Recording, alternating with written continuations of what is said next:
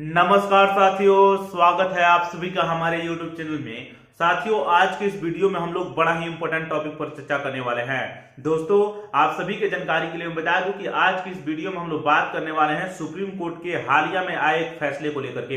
यह फैसला लड़कियों से रेप करने को लेकर के आया है। इस फैसले के बारे में जब आप लोग जानिएगा, सुप्रीम कोर्ट के निर्णय के बारे में जानिएगा, तो आपके पैरों तले पर जमीन खिसक जाएगा। सुप्रीम कोर्ट में क्या क्या बहसें हुई हैं, पीड़िता की तरफ से क्या क्या किया गया है, आरोपी की तरफ से क्या क्या दलीलें दी गई हैं, इन तमाम पहलुओं पर चर्चा करने का प्रयास करेंगे। तो चलिए बिना देर किए हुए आते हैं रिसर्च पेपर और समझने का प्रयास करते हैं।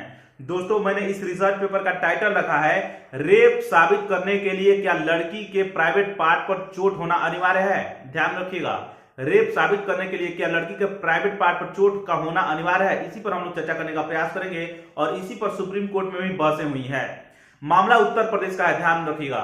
मामला उत्तर प्रदेश का 1984 में घटित एक रेप केस पर आधारित है। 1984 में घटित हुई है और 40 साल बाद यह फैसला आया है। ध्यान रखिएगा, सुप्रीम कोर्ट ने हाल ही में फैसला दिया है। एक कोचिंग के टीचर ने अपनी छात्रा के साथ रेप किया था। ध्यान रखिएगा, उसके बाद लड़की ने ट्रायल कोर्ट का रुख किया। उत्तर प्रदेश में ट्रायल कोर्ट का रुख किया, जो जिला न्यायालय होता है उसमें। ट्रायल कोर्ट ने ट्यूशन टीचर के ट्यूशन टीचर जो था उसको दोषी ठहराया 1986 में। लेकिन उसके बाद वह मामला पहुंच गया इलाहाबाद हाई कोर्ट में। ध्यान रखिएगा, लेकिन मामला इलाहाबाद हाई कोर्ट पहुंचा और हाई कोर्ट ने 26 साल बाद ट्रायल कोर्ट के फैसले को बरकरार रखा। उस ट्रायल कोर्ट ने फैसला दिया था कि जो आपको आरोपी है वह दोषी है। इसी के फैसले को इलाहाबाद कोर्ट ने भी बरकरार रखा।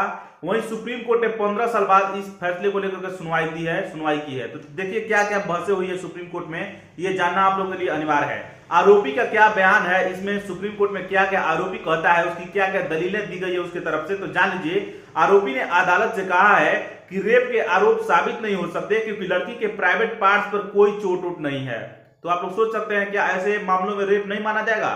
मान लीजिए कि रेप अगर किया जाता है जबरदस्ती करके, अगर हिंसक तरीके से झड़पें नहीं की जाती है और मतलब कि अगर हिंसक रूप से उस पर चोट नहीं पहुंचाया जाता, क्या उसको रेप नहीं माना जाएगा। इसी पर बात हो रहा है। इसके अलावा आरोपी लड़की के मां के बुरे चरित्र के बारे में बोल रहा था कि उसकी मां भी ठीक नहीं है, उसका मतलब कि चाल चलन उसकी मां का भी ठीक नहीं है, उसकी बेटी भी ऐसी है वैसी है। सुप्रीम कोर्ट ने उसको फटकार लगाया आरोपी को। ध्यान रखिए क्या क्या सुप्रीम कोर्ट ने कहा है, तो ये जान लीजिए। पीठ ने कहा कि रेप के हर मामले में निजी अंगों पर चोट हो ऐसा जरूरी नहीं है। यानी रेप के हर मामले में निजी जो प्राइवेट पार्ट्स होते हैं उस पर कोई चोट नहीं कर दे, ऐसा मामला जरूरी नहीं है कि हर बार देखने को ही मिल जाए। यह विशेष किसी मामले और तथ्यों पर निर्भर करता है और परिस्थितियों पर निर्भर करता है। आप लोग इस घटना को कैसे देखते हैं, कमेंट बॉक्स में प्रतिक्रिया लिखिएगा। चलिए मिलेंगे नेक्स्ट वीडियो में, तब तक के लिए बने रहिए हमारे चैनल के साथ। नमस्कार, धन्यवाद।